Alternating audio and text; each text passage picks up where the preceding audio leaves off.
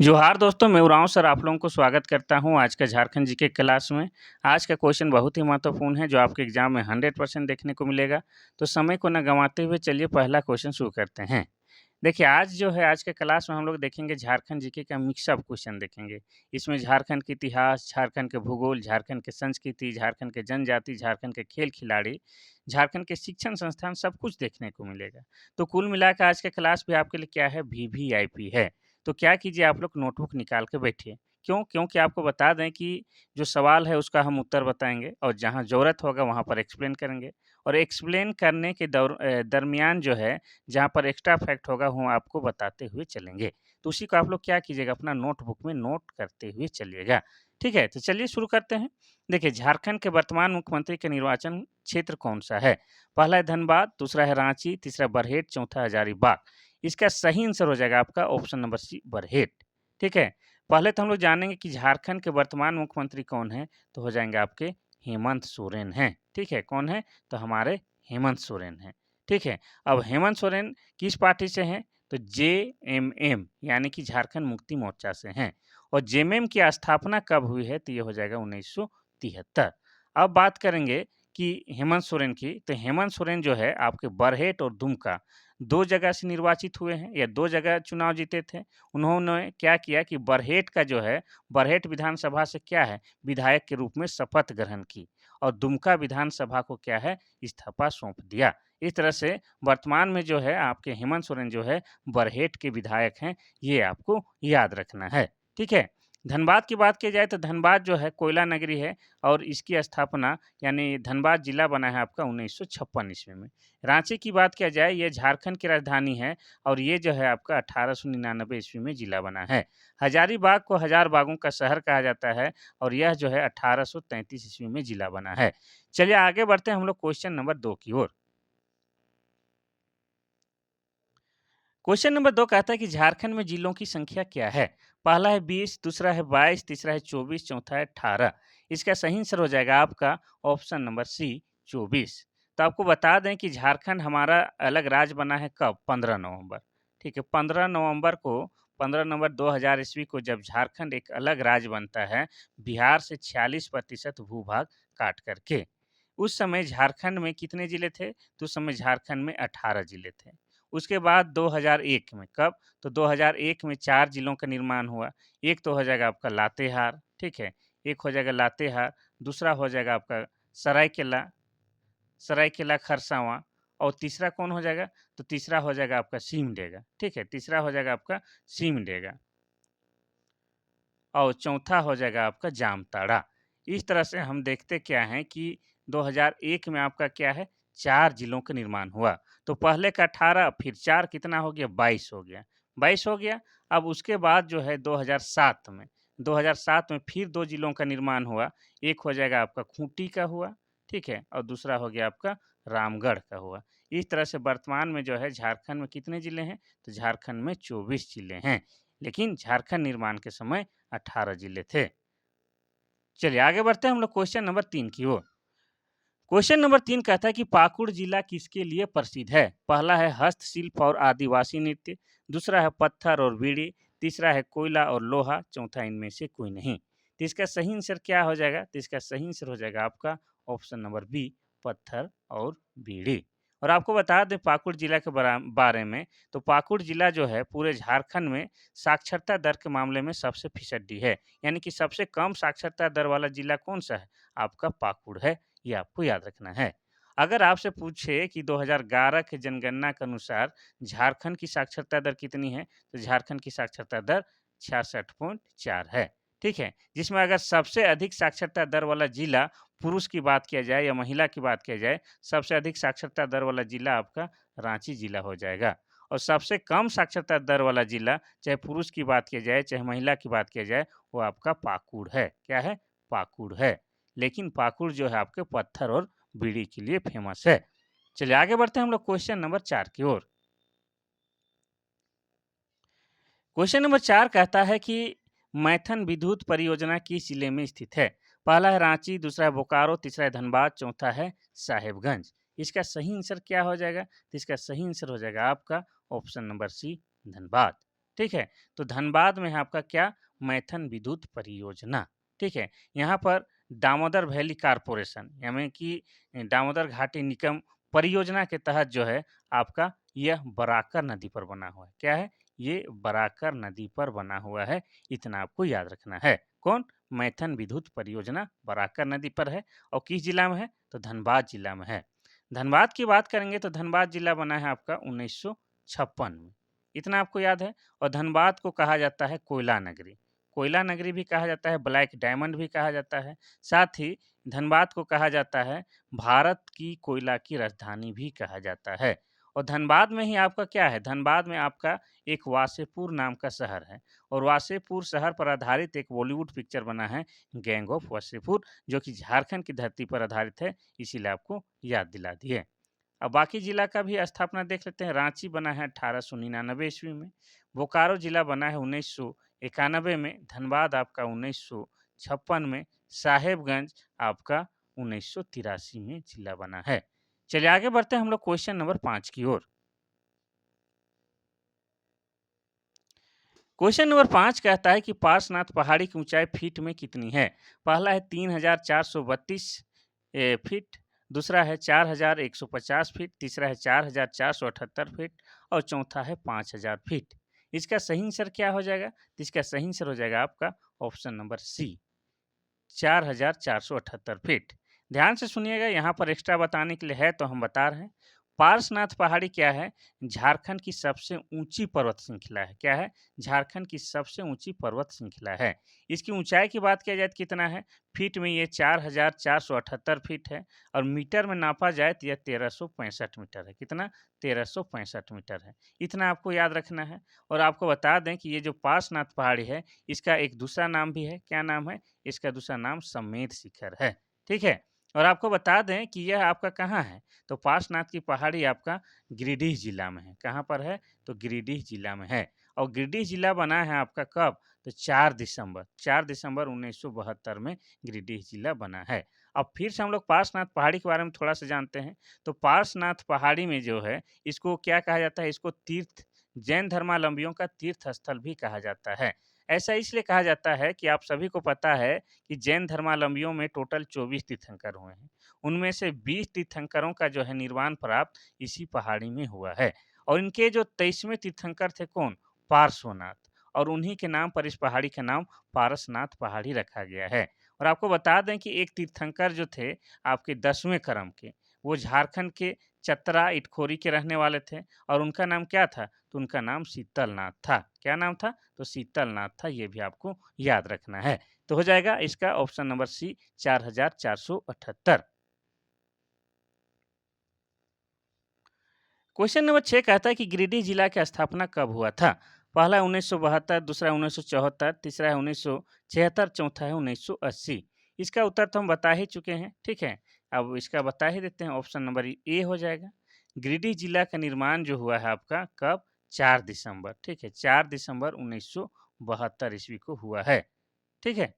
और ये जो है आपका हजारीबाग जिला से अलग करके बना है। ठीक है? किस जिला से अलग करके? तो हजारीबाग जिला से अलग करके गिरिडीह जिले का निर्माण किया गया है। क्वेश्चन नंबर 7 कहता है कि झारखंड के किस जिले में अनुसूचित जनजाति की सर्वाधिक जनसंख्या पाई जाती है? पहला है सरायकेला खरसावां और दूसरा है आपका क्या? दूसरा है सिमडेगा, तीसरा है रांची, चौथा है गुमला। इसका सही आंसर क्या हो जाएगा? तो इसका सही आंसर हो जाएगा आपका ऑप्शन नंबर 7 है ना? इसका सही हो जाएगा ऑप्शन नंबर सी, रांची हो जाएगा। ठीक है? तो आपको बता दें कि झारखंड में जो है सर्वाधिक अनुसूचित जनजाति की संख्या आपका रांची में हो जाएगा। अगर प्रतिशत के मामले में पूछता तो हो जाता आपका खूंटी। खूंटी में जो है प्रतिशत के मामले में क्या है? सर्वाधिक एसटी यानी कि अनुसूचित जनजाति पाए जाते हैं, लेकिन संख्या की बात की जाए तो आपका रांची ही हो जाएगा। ठीक है? अब रांची की बात करेंगे तो रांची जो है वर्तमान में क्या है? झारखंड की राजधानी है और रांची जिला बना है आपका 1899 ईस्वी में। और रांची को क्या कहा जाता है? रांची को शहीदों का नगर कहा जाता है, क्योंकि रांची जिला का में जो है बहुत सारे शहीद, वीर शहीदों का जन्म भी हुआ है। साथ ही रांची को क्या कहा जाता है? इसके अच्छे वातावरण या वातानुकूलित मौसम के कारण रांची को झारखंड का शिमला भी कहा जाता है। साथ ही आपको बता दें कि रांची को क्या कहा जाता है? रांची को झरनों का शहर यानी कि सिटी ऑफ वाटरफॉल्स कहा जाता है, क्योंकि रांची जिला के अंतर्गत जो है बहुत सारे महत्वपूर्ण जलप्रपात आते हैं। जैसे आपका हो जाएगा हुंडरू जलप्रपात, ठीक है? हुंडरू जलप्रपात जो कि आपका स्वर्णरेखा नदी पर है। और आपको बता दें कि रांची जिला के अंतर्गत आपका हो जाएगा दसम जलप्रपात। दसम जलप्रपात जो कि आपका कांची नदी पर है। कहाँ है? कांची नदी पर है। इसके अलावा आपको बता दें कि रांची जिला के अंतर्गत ही आपका क्या है? जोन्हा जलप्रपात, जो कि आपका राढ़ू नदी पर है। कहाँ है? राढ़ू नदी पर। और जोन्हा जलप्रपात को ही गौतम धारा जलप्रपात बोलते हैं, क्योंकि ऐसी मान्यता है कि गौतम बुद्ध अपने यात्रा के समय जो है यहाँ पर ठहरे हुए थे और यहाँ पर स्नान किया हुआ था। ठीक है? तो हो जाएगा आपका ऑप्शन नंबर सी रांची। अब बात करेंगे सरायकेला खरसावां की, तो ये 2001 में जिला बना है। सिमडेगा भी 2001 में जिला बना है। रांची आपका 1899 में जिला बना है और गुमला आपका 1983 में जिला बना है। आगे बढ़ते हैं हम लोग क्वेश्चन नंबर 8 की ओर। क्वेश्चन नंबर 8 कहता है कि लोहरदगा जिले के निर्माण किसके विभाजन करके हुआ है या किससे अलग होके हुआ है? पहला है गुमला, दूसरा है रांची, तीसरा है सिमडेगा, चौथा है खूंटी। इसका सही आंसर हो जाएगा आपका ऑप्शन नंबर बी रांची। ठीक है? रांची से अलग करके लोहरदगा जिले का निर्माण हुआ है। कब हुआ है? तो ये हुआ है आपका 1983 ईस्वी में हुआ है। ठीक है? इतना आपको याद रखना है। अब आपको बता दें लोहरदगा के बारे में थोड़ा-सा आपको जानना ज़रूरी है कि लोहरदगा में जो है आपका 2 महत्वपूर्ण जलप्रपात हैं। कौन-कौन? तो एक हो जाएगा आपका नींदी, नींदी जलप्रपात और एक हो जाएगा आपका घड़घड़िया जलप्रपात। इतना आपको याद रखना है। साथ ही आपको बता दें कि लोहरदगा में जो है क्या है? आपका बगड़ू पहाड़ है। क्या है? बगड़ू पहाड़ है और ये बगड़ू पहाड़ जो है आपका बॉक्साइट के लिए प्रसिद्ध है। किसके लिए? तो बॉक्साइट के लिए प्रसिद्ध है। ये आपको याद रखना है। ठीक है? इतना आपको लोहरदगा के बारे में याद रखते हुए चलना है। अब बाकी का यहाँ स्थापना बताते हैं, तो गुमला जो है 1983 में जिला बना है, रांची 1899 में जिला बना है, सिमडेगा 2001 में जिला बना है और खूंटी आपका 2007 में जिला बना है। चलिए आगे बढ़ते हैं हम लोग क्वेश्चन नंबर 9 की ओर। क्वेश्चन नंबर 9 कहता है कि मनरेगा का पूर्ण रूप क्या है? यानी कि ये जो इंग्लिश में शब्द लिखा हुआ है उसका पूरा रूप क्या होगा या उसका फुल फॉर्म क्या होगा? पहला है महात्मा गांधी राष्ट्रीय क्षेत्रीय सशक्तिकरण क्रांति, दूसरा है महात्मा गांधी राष्ट्रीय ग्रामीण शिक्षा गारंटी अधिनियम, तीसरा है महात्मा गांधी राष्ट्रीय ग्रामीण रोजगार गारंटी अधिनियम, चौथा इनमें से कोई नहीं। तो इसका सही आंसर हो जाएगा आपका ऑप्शन नंबर सी, महात्मा गांधी राष्ट्रीय ग्रामीण रोजगार गारंटी अधिनियम मनरेगा का पूर्ण रूप होता है। ठीक है? और भारत में लागू एक रोजगार गारंटी योजना है, जिसे आपको बता दें 2005 में, कब? 2005 में आपका अधिव्यक्त किया गया था या तो अधिनियमित लाया गया था। क्या बोलते हैं उसको? अधिनियम लाया गया था, ठीक है? अधिनियम लाया गया था, ठीक है? और आपको बता दें इसकी शुरुआत की बात की जाए तो इसकी शुरुआत जो है आपका 2 अक्टूबर 2009 को 2 अक्टूबर 2009 को इसको फिर से नया नाम चेंज करके क्या है आपका मनरेगा कर दिया गया। पहले इसको नरेगा के नाम से जाना जाता था जब ये 2005 में आया हुआ था, ठीक है? उसके बाद 2 अक्टूबर 2009 से इसका नाम क्या हो गया? मनरेगा हो गया।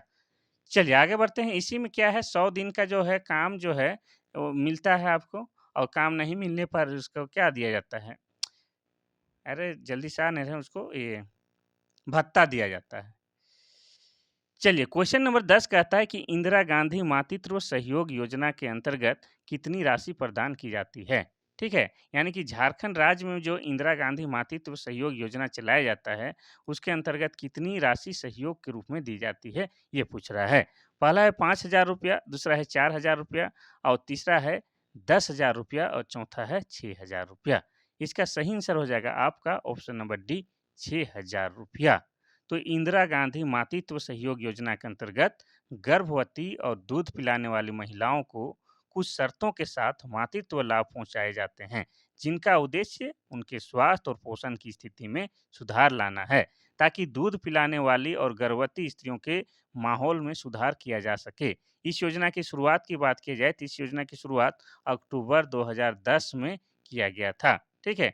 फिलहाल लाभार्थी को 2 किस्तों में 6,000 रुपया दिया जाता है ये आपको याद रखना है। Question number 11।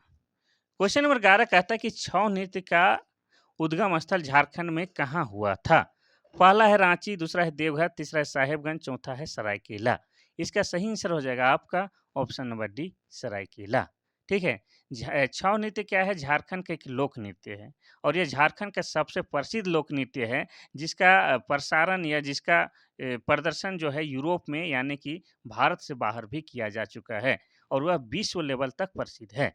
अब छऊ नृत्य की बात की जाए तो यह क्या है? एक पुरुष प्रधान नृत्य है और यह एक ओजपूर्ण नृत्य है। क्या है? एक ओजपूर्ण नृत्य है, ये भी आपको याद रखना है। इसमें नर्तक जो है मुखौटा पहन के नृत्य करता है। इतना आपको ये रखना है। और छऊ नृत्य का उद्गम स्थल झारखंड में सरायकेला खरसावां को माना जाता है। और आपको बता दें कि पूरे भारत में 3 राज्यों में छऊ नृत्य का उद्गम स्थल माना जाता है। जैसे पश्चिम बंगाल में पुरुलिया, ठीक है, पश्चिम बंगाल में आपका पुरुलिया हो जाएगा और उड़ीसा में मयूरभंज। क्या है? उड़ीसा में मयूरभंज। इस प्रकार से हम लोग देखते हैं तो छऊ नृत्य जो है 3 प्रकार का है, आपका सरायकेला छऊ और पुरुलिया छऊ और मयूरभंज छऊ। ठीक है, इतना आपको याद रखना है। अगर बात किया जाए सरायकेला की, तो सरायकेला झारखंड के एक जिला है जो बना है आपका 2001 ईस्वी में। और सरायकेला जो है आपका खरकई नदी के किनारे स्थित है। कहाँ है? तो खरकई नदी के किनारे स्थित है। और सरायकेला में ही आपका क्या है? चांडिल बांध है। चांडिल बांध कहाँ पर है? तो ये आपका स्वर्णरेखा नदी पर है। इतना आपको याद करते हुए चलना है। ठीक है, बाकी की स्थापना देख लेते हैं, फिर आगे बढ़ते हैं। रांची की बात किया जाए तो रांची जिला बना है 1899 में। देवघर जिला बना है आपका 1983 में। साहेबगंज जिला बना है आपका 1983 में और सरायकेला जिला बना है 2001 में। चलिए आगे बढ़ते हैं हम लोग क्वेश्चन नंबर 12 की ओर। क्वेश्चन नंबर 12 कहता है कि जनजातियों में होने वाली कर्मा पूजा हिंदू धर्म के किस त्योहार के समान है? पहला है रक्षाबंधन, दूसरा है दीपावली, तीसरा है होली, चौथा है दशहरा। इसका सही आंसर हो जाएगा आपका ऑप्शन नंबर ए, रक्षाबंधन। तो देखिए, सदानों में या हिंदुओं में जो रक्षाबंधन त्योहार मनाया जाता है, यह भाई बहनों पर आधारित त्योहार है। ठीक है, और इसमें जो है बहन जो है भाई के हाथों में राखी बांधती है, बदले में भाई जो है बहन को आजीवन पूरे जीवन रक्षा का क्या देता है? वादा देता है। ठीक उसी प्रकार जनजातियों में एक कर्मा पूजा होता है। ठीक है, कर्मा पूजा में ये भी क्या है? भाई बहनों पर आधारित त्योहार है। इसीलिए इसकी तुलना की जाती है, कर्मा पूजा की तुलना रक्षाबंधन से की जाती है। अब कर्मा पूजा की बात की जाए तो यह क्या है? झारखंड में जनजातियों का सरहुल के बाद दूसरा प्रमुख त्योहार है, जिसे जनजाति के अलावा सदान भी मनाते हैं। क्या है? जनजाति के अलावा सदान लोग भी मिलजुल के मनाते हैं। और यह त्योहार जो है आपका, ये कर्मा त्योहार जो है आपका, क्या बोलेंगे, भादो, भादो माह के एकादश में मनाया जाता है। कब? तो भादो माह के एकादश में मनाया जाता है और यह करम नाम की एक डाली की पूजा की जाती है और इसका नाम भी कर्मा है। चलिए, ये हो जाएगा आपका option number A, Rakshabandhan.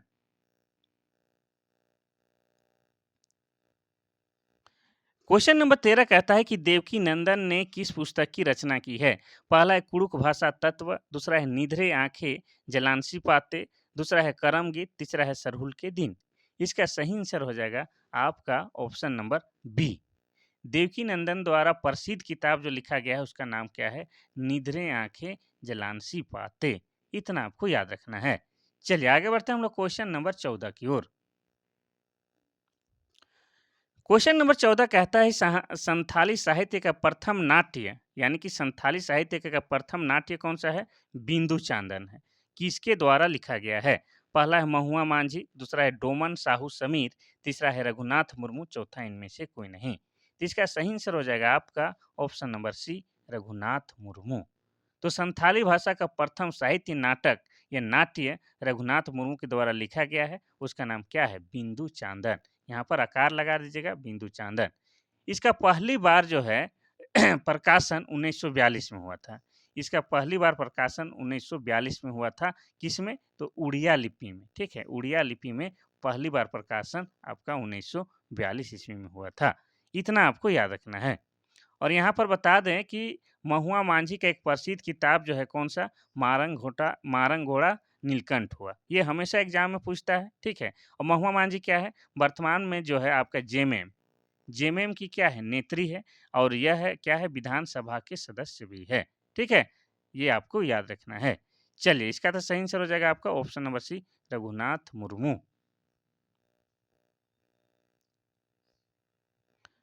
Question number 15 कहता है कि घाघरी जलप्रपात कहाँ स्थित है? पहला है रांची, दूसरा है लोहरदगा, तीसरा है गढ़वा, चौथा है नेतरहाट। इसका सही आंसर हो जाएगा आपका ऑप्शन नंबर डी नेतरहाट। ठीक है, घाघरी जलप्रपात की बात किया जाए तो आपका नेतरहाट के पहाड़ पर है। ठीक है, और आपको बता दें कि इसकी ऊंचाई कितना है, तो इसकी ऊंचाई जो है लगभग 43 मीटर। 43 मीटर की ऊंचाई से यह जलप्रपात गिरता है और किस नदी पर है? तो ये घाघरी नदी में रहने के कारण इसका नाम घाघरी जलप्रपात पड़ गया है। इतना आपको याद रखना है। और आपको बता दें कि नेत्रहाट जो है कहाँ है? तो आपका लातेहार जिला के अंतर्गत आता है। और लातेहार जिला बना है कब? तो ये बना है आपका 4 अप्रैल। ठीक है, 4 अप्रैल 2001 ईस्वी को लातेहार जिला बना है। इतना आपको पता हो गया। अब हम लोग बात करेंगे नेत्रहाट के बारे में। तो नेत्रहाट एक पर्यटक स्थल है। यहाँ पर लोग सनराइज और सनसेट यानी कि सूर्योदय और सूर्यास्त देखने जाते हैं। ठीक है, नेत्रहाट में ही आपका क्या है? मंगोलिया पॉइंट है। क्या है? मंगोलिया पॉइंट है। और आपको बता दें कि नेत्रहाट में पूरे झारखंड में जो है सर्वाधिक वर्षा होता है। सबसे अधिक वर्षा कहाँ होता है? तो नेत्रहाट में। सबसे अधिक ठंड कहाँ लगता है? तो आपका नेत्रहाट में। ये सब आपको नेत्रहाट के बारे में जानना होगा। साथ ही नेत्रहाट को क्या कहा जाता है? नेत्रहाट को पहाड़ों की मलिका कहा जाता है। क्या कहा जाता है? पहाड़ों की मलिका या पहाड़ों की रानी भी कहा जाता है। चलिए आगे बढ़ते हैं हम लोग क्वेश्चन नंबर 16 की ओर। क्वेश्चन नंबर 16 कहता है कि बैगा जनजाति किस पशु को पवित्र मानते हैं? पहला है गाय, दूसरा है बैल, तीसरा है बाघ, चौथा है बंदर। इसका सही आंसर हो जाएगा आपका ऑप्शन नंबर सी बाघ। ठीक है, बैगा जनजाति जो है बाघ को अपना पवित्र पशु मानते हैं और इनका जो है सबसे अधिक निवास स्थल कहाँ है? तो पलामू के क्षेत्र में है। कहाँ पर है? पलामू के क्षेत्र में है। ठीक है, और ये लोग जो है प्रत्येक 9 साल में एक विशेष पर्व मनाते हैं। उस पर्व का नाम क्या है? उस पर्व का नाम रसनाठा है। ठीक है, रसनाठा पर्व मनाया जाता है बैगा जनजाति के बारे लोगों के द्वारा प्रत्येक 9 साल में। ये आपको याद रखना है। अब थोड़ा-सा बता दें कि 2011 के जनगणना के अनुसार जो है, झारखंड में 32 जनजाति पाई जाती है। उन्हीं में से 8 क्या है? आदिम जनजाति है। जिसमें सर्वाधिक जनसंख्या आपका संथाल जनजाति का है, उसके बाद उरांव जनजाति के है, फिर मुंडा, फिर हो है। चलिए आगे बढ़ते हुए हम लोग चलते हैं क्वेश्चन नंबर 17 की ओर। क्वेश्चन नंबर 17 कहता है कि ईदी में किस जनजाति का विवाह का एक तरीका है? ठीक है, ईदी में या ऐदी में भी लिखल रहता है। ठीक है, किस जनजाति के एक विवाह का तरीका है? पहला है बिरहोर, दूसरा है मुंडा, तीसरा है असुर, चौथा है संथाल। इसका सही आंसर हो जाएगा आपका ऑप्शन नंबर सी असुर। असुर जनजाति में एक विवाह का तरीका है जिसे इदिमी कहा जाता है। और आपको बताए थे कि 2011 के जनगणना के अनुसार झारखंड में 32 जनजाति पाई जाती है, उसमें 8 आदिम जनजाति है और इस 8 आदिम जनजाति में से में एक आपका क्या है? असुर है। और असुर को क्या कहा जाता है? झारखंड का सबसे प्राचीन जनजाति माना जाता है। और असुर का जो है सर्व प्रमुख देवता का नाम क्या है? सिंह बोंगा। क्या है? सिंह बोंगा नाम है। ठीक है, और सिंह बोंगा जो है भगवान सूर्य का प्रतीक है। क्या है? भगवान सूर्य का प्रतीक है। और आपको बता दें कि असुर लोगों का भाषा क्या है? असुरी भाषा है। और असुरी भाषा जो है वर्तमान में लुप्त प्राय है, यानी कि समाप्त होने के कगार में है। और असुर जनजाति का जो है आपका परंपरागत पेशा क्या है? तो लोहा गलान। ठीक है, परंपरागत पेशा मतलब होता है जो पहले से चलता आ रहा है, पूर्वजों से चलता आ रहा है, वो पेशा क्या है? लोहा गलाना है। असुर के अलावा बिरजिया है और लोहार है, ये सभी जनजातियों का क्या है पारंपरिक पेशा? तो लोहा गलाना है। चलिए आगे बढ़ते हैं हम लोग क्वेश्चन नंबर 18 की ओर। क्वेश्चन नंबर 18 कहता है कि पलामू किले का निर्माण किस वर्ष शुरू हुआ था? पहला है 1417, दूसरा है 1618, तीसरा है 1419, चौथा है 1619। इसका सही आंसर हो जाएगा आपका ऑप्शन नंबर डी 1619। पलामू किले का निर्माण की शुरुआत आपका 1619 में शुरू हो गया था। इतना आपको याद रखना है। ठीक है। आगे बढ़ते हैं हम लोग क्वेश्चन नंबर 19 की ओर। क्वेश्चन नंबर 19 कहता है कि बंशीधर की भगवान कृष्ण की मूर्ति का वजन कितना है? पहला है 1400 किलोग्राम, दूसरा है 1200 किलोग्राम, तीसरा है 1560 किलोग्राम और चौथा है 1280 ग्राम। ठीक है, ध्यान से सुनिएगा। तो इसका सही आंसर क्या हो जाएगा? इसका सही आंसर हो जाएगा ऑप्शन नंबर डी, 1280 किलोग्राम। तो पहले आपको बता दें कि ये जो नगर उंटारी में जो है बंशीधर भगवान कृष्ण की मूर्ति है, उसका जो है वजन कितना है? 1280 किलोग्राम है। और ये कहाँ पर है? तो ये आपका जिला पड़ जाएगा, गढ़वा जिला में है। ठीक है, और यह अष्ट धातु की बनी हुई कृष्ण की मूर्ति है। ठीक है, और किस मुद्रा में है? तो त्रिभंगी मुद्रा में है। ये भी आपको याद रखना है। इसकी स्थापना कब किया गया है? तो इसकी स्थापना 1885 ईस्वी में की गई है। और इस मंदिर में भगवान कृष्ण की आपका बता दें कितना है? 1280 किलोग्राम की मूर्ति है।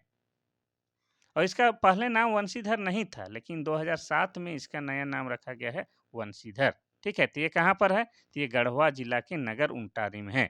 अब गढ़वा जिला के बारे में थोड़ा सा आपको बता देते हैं। तो गढ़वा जिला क्या है? झारखंड का जो है सबसे पश्चिमी जिला है। ठीक है, और गढ़वा जिला झारखंड का एकमात्र ऐसा जिला है जो 3 राज्यों के साथ सीमा साझा करता है। कौन कौन? तो एक हो जाएगा आपका उत्तर प्रदेश, दूसरा हो जाएगा बिहार, तीसरा हो जाएगा आपका छत्तीसगढ़। चलिए आगे बढ़ते हैं हम लोग क्वेश्चन नंबर 20 की ओर। क्वेश्चन नंबर 20 कहता है कि बांसुरी का अन्य प्रकार क्या है? पहला है मुरली, दूसरा है शहनाई, तीसरा है केंद्री, चौथा है सिंगा।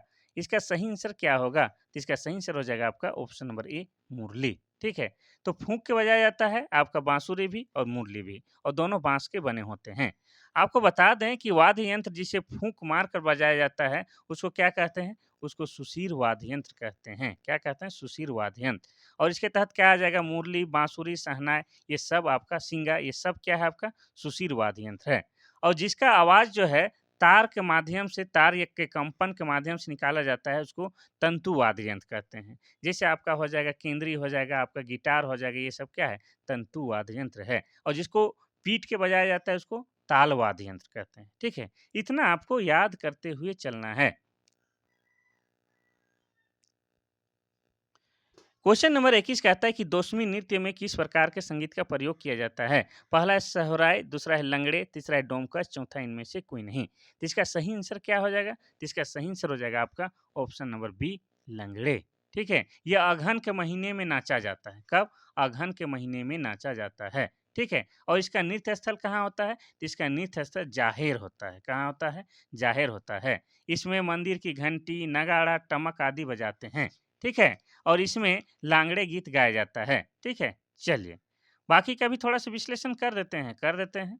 तो सोहराय जो है झारखंड में एक चित्रकला भी है। क्या है? झारखंड में एक चित्रकला है जिसको जीआई टैग भी मिल चुका है। साथ ही आपको बता दें कि सोहराय झारखंड में एक त्योहार भी है जो कि पशुओं से संबंधित क्या त्योहार है। क्या है? पशुओं से संबंधित त्योहार है। और आपको बता दें कि डोमकच जो है शादी विवाह से संबंधित आपका क्या है? शादी विवाह में क्या है? डोमकच नृत्य किया जाता है।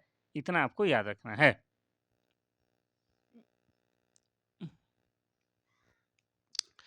क्वेश्चन नंबर 22 कहता है कि सोहराय नृत्य में महिला कौन से गीत गाती है? पहला है डोमकच, दूसरा है लंगड़े, तीसरा है चुमावड़ी, निम्न निम्न इनमें से कोई नहीं।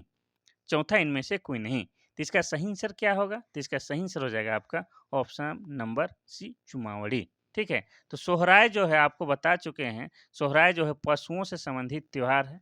इस दिन होता क्या है कि पशुओं को जो है नहला धुला के उसको सजाया जाता है, उसका पूजा किया जाता है, उसके लिए विशेष पकवान की व्यवस्था की जाती है। जैसे आप सभी जानते हैं कि हमारे जीवन में, विशेषकर झारखंड के ग्रामीण जीवन में या आदिवासियों के जीवन में, पशुओं का भी बहुत बड़ा योगदान होता है।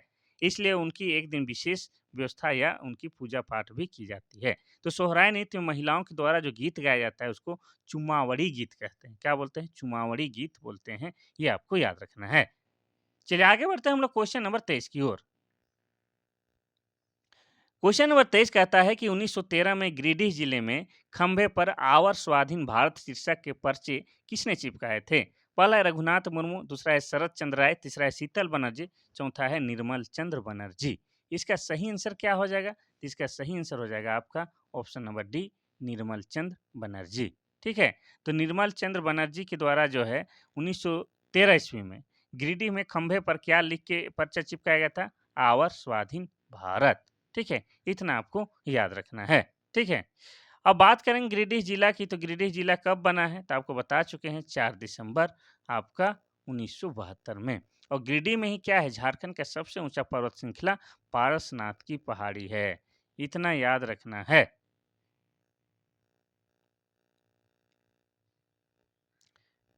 क्वेश्चन नंबर 24 कहता क्या है कि किस नागवंशी शासक को जहांगीर ने कैद कर लिया था? पहला है फनी मुकुट राय, दूसरा है रघुनाथ राय, तीसरा है नारायण शाह, तीसरा है दुर्जन शाह। इसका सही आंसर क्या हो जाएगा? तो इसका सही आंसर हो जाएगा आपका ऑप्शन नंबर डी, दुर्जन शाह।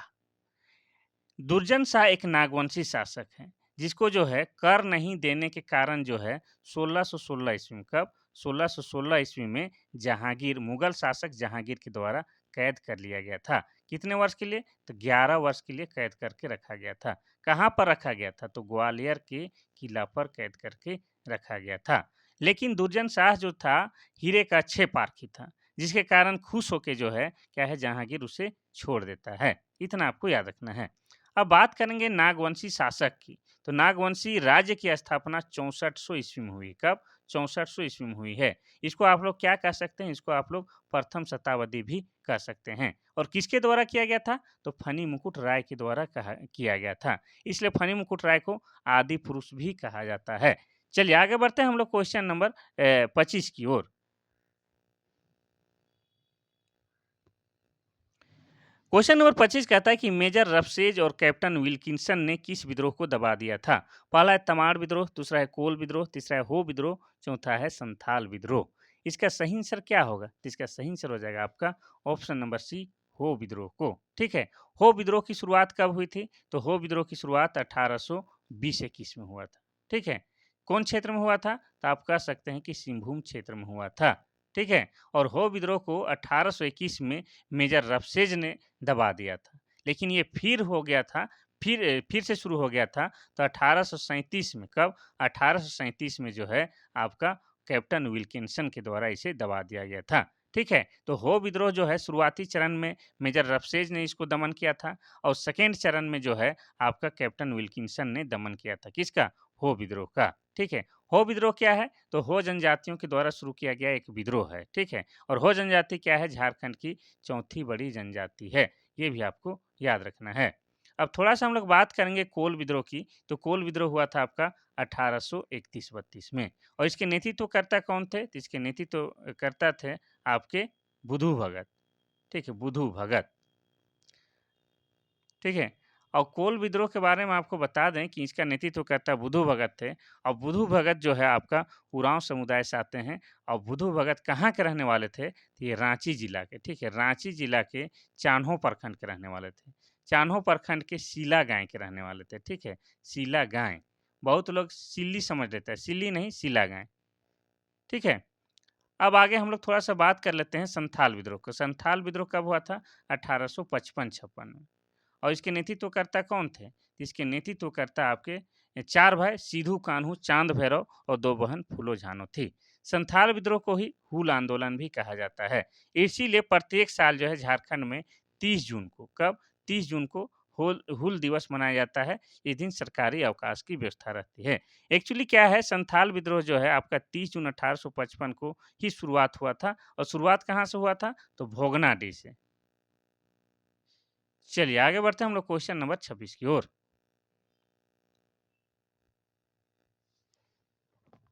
क्वेश्चन नंबर 26 कहता है कि रामगढ़ का कौन सा राजा शुरू से लेकर अंत तक अंग्रेजों का विरोध करता रहा? पहला है बागदेव सिंह, दूसरा है हेमंत सिंह, तीसरा है भूषण सिंह, चौथा है मुकुंद सिंह।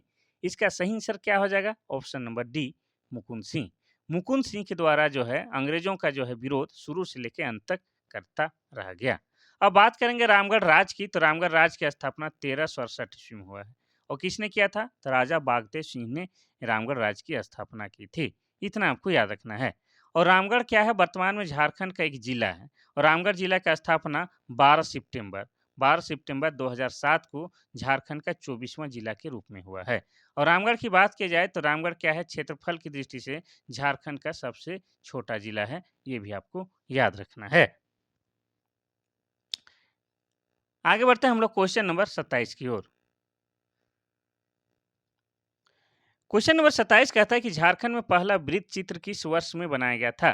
पहला है 1954, दूसरा है 1956, तीसरा है 1958, चौथा है 1960। इसका सही आंसर हो जाएगा आपका ऑप्शन नंबर ए 1954। झारखंड में पहला वृत्त चित्र का निर्माण 1954 ईस्वी में किया गया था। चलिए अब देखते हैं हम लोग क्वेश्चन नंबर 28। क्वेश्चन नंबर 28 कहता है कि संथाल परगना में किसके नेतृत्व में महिलाओं ने नमक कानून को चुनौती दी थी? पहला है सिस्टर निर्मला, दूसरा है रानी सर्वेश्वरी, तीसरा है शैलबाला राय, चौथा है सावित्री पूर्ति। इसका सही आंसर हो जाएगा आपका ऑप्शन नंबर सी शैलबाला राय। तो झारखंड में संथाल परगना में सविनय अवज्ञा आंदोलन का क्या है एक बड़ा ही दौर गुजर रहा था। उस समय इसका नेतृत्व है किसने किया था? श्रीमती शैलबाला राय ने किया था। ठीक है? आपको बता दें कि महात्मा गांधी के द्वारा जो सविनय अवज्ञा आंदोलन शुरू किया गया था कब? तो 1930 ईस्वी में। एक्चुअली हुआ क्या था कि अंग्रेजों के द्वारा नमक पर कर लगा दिया गया था। कर यानी कि टैक्स। और आप सभी जानते हैं कि नमक जो है रोज़मर्रा की चीज़ है। नमक के बिना किसी का गुज़ारा नहीं चलता है और वैसे आवश्यक चीज़ में अगर कर लगा दिया जाए तो दिक्कत हो जाता है। तो इसी में क्या है आपका सविनय अवज्ञा आंदोलन में ही क्या है महात्मा गांधी ने अपने ऐतिहासिक साबरमती आश्रम से लेके दांडी तक की यात्रा की थी, दांडी यात्रा। ठीक है? और नमक जो बना के नमक कर को त्यागा था। तो यही वाला जो है झारखंड में भी आपका चल रहा था क्या? सविनय अवज्ञा आंदोलन या नमक कर और संथाल परगना में इसका नेतृत्व शैलबाला राय के द्वारा किया गया था। और संथाल परगना क्या है? झारखंड का वर्तमान में एक प्रमंडल है। क्या है? प्रमंडल है। वैसे आपको बता दें कि झारखंड में जो है टोटल कितने 5 प्रमंडल हैं। सबसे पहले जब झारखंड बना था उस समय कितने 4 प्रमंडल हुआ करते थे और एक 5वां प्रमंडल बाद में बना है, कौन-सा? आपका कोल्हान प्रमंडल, ठीक है? कोल्हान प्रमंडल कब बना है? तो 2003 में। किससे अलग होके बना है? तो आपको बता दें तो दक्षिणी छोटा नागपुर प्रमंडल से अलग होकर कोल्हान प्रमंडल की स्थापना हुई है। चलिए आगे बढ़ते हैं हम लोग क्वेश्चन नंबर 29 की ओर और आज यह आखिरी क्वेश्चन है क्योंकि 30 क्वेश्चन हर दिन लाते हैं लेकिन आज एक क्वेश्चन छूट गया है तो उसको छोड़ दिए आज क्वेश्चन 29 लेकर आए हैं। क्वेश्चन नंबर 29 कहता है कि किसने घोषणा किया कि अबुआ राज एटे जाना महारानी राज टूडू? सबसे पहले तो बता दें कि अबुआ राज एटे जाना महारानी राज टूडू का मतलब क्या होता है? इसका मतलब होता है कि अब मुंडा राज शुरू हो गया है या हमारा राज शुरू हो गया है और रानी विक्टोरिया का राज समाप्त हो गया है। और यह किसने कहा था? पहला ऑप्शन है तिलका मांझी, दूसरा है टाना भगत, तीसरा है जतरा भगत, चौथा है बिरसा मुंडा। तो ये कहा था आपके किसने? बिरसा मुंडा के द्वारा। ठीक है? और आपको बता दें कि बिरसा मुंडा का जन्म कब हुआ है? तो इनका जन्म हुआ है आपका 15 नवंबर, ठीक है? 15 नवंबर 1875 ईस्वी को बृहस्पतिवार के दिन क्या है बिरसा मुंडा का जन्म हुआ था, जिसके कारण इनका नाम बिरसा मुंडा रखा गया है।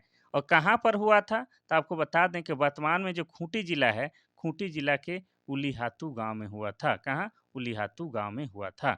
इनके पिता का नाम क्या था? तो इनके पिता का नाम था सुगना मुंडा। और इनके माता का नाम क्या था? तो इनके माता का नाम करमी मुंडा था। और बता दें कि इनका धार्मिक गुरु का क्या नाम था? धार्मिक गुरु का नाम था आनंद पांडे। क्या था? आनंद पांडे था। और इनके गया या सेनापति का नाम क्या था? इनके सेनापति का नाम गया मुंडा था। क्या था? गया मुंडा। बात करेंगे बिरसा मुंडा की, तो बिरसा मुंडा को लोग प्यार से धरती आबा भी बोलते थे। क्या बोलते थे? धरती आबा भी बोलते थे। अब बात करेंगे कि बिरसा मुंडा की मृत्यु कब हुई है? तो बिरसा मुंडा की मृत्यु हुई है 9 जून। कब? 9 जून 1900 ईस्वी को मात्र 25 वर्ष की आयु में इनकी मृत्यु हो गई थी। कहाँ पर हुई थी? तो रांची के सेंट्रल जेल में। ठीक है? रांची के सेंट्रल जेल में। और इनकी मृत्यु का कारण क्या बताया गया था? तो इनकी मृत्यु का कारण हैजा बताया गया था सरकारी दस्तावेज के अनुसार। लेकिन असल कारण यह है कि अंग्रेजों का अत्यधिक टॉर्चर के कारण इनकी मृत्यु हो गई थी। इनका समाधि स्थल कहाँ है? तो इनका समाधि स्थल जो है आपका रांची जिला में ही है। आपका लालपुर चौक से कोकर जाने वाला रास्ता में जो है बीच में सब्जी मार्केट है, वहीं पर क्या है आपका डिस्टिलरी पुल है, वहीं पर किनारे इनका समाधि स्थल बना हुआ है। ये सब आपको बिरसा मुंडा के बारे में जानना ही होगा। और आपको ये भी जानना होगा कि बिरसा मुंडा के द्वारा जो आंदोलन शुरू किया गया था उसको क्या कहा जाता है? उलगुलान कहा जाता है। और उलगुलान का मतलब क्या होता है? तो महान विद्रोह या महान हलचल होता है। ये सब आपको बिरसा मुंडा के बारे में जानना ही होगा जो अ, उनसे संबंधित क्वेश्चन पूछा जा सकता है। तो ये था आज का महत्वपूर्ण क्लास। कल फिर महत्वपूर्ण क्लास के साथ आपके साथ मिलेंगे। तो आप लोग क्या कीजिए कि अगर उपयोगी लगता है क्लास तो अपने छोटे भाई, बड़े भाई और छोटे भाई-बहनों और बड़े भाई-बहनों और अपने फ्रेंड सर्कल सबको क्या कीजिए, शेयर कर दीजिए। और जाने से पहले एक लाइक कीजिए ताकि हमारा जोश-जुनून बना रहे, ताकि हर हालत, हर परिस्थिति में हम आपके लिए अगले दिन भी क्लास लेके आ सकें। और किसी प्रकार का कुछ सुझाव या कुछ बातें करना चाहते हैं तो आप लोग मेरा व्हाट्सएप नंबर 93 34 40 05 26 में जो है मैसेज या व्हाट्सएप के माध्यम से बातचीत कर सकते हैं। तो आज के लिए बस इतना सा ही, कल फिर मिलते हैं, तब तक के लिए थैंक यू, धन्यवाद।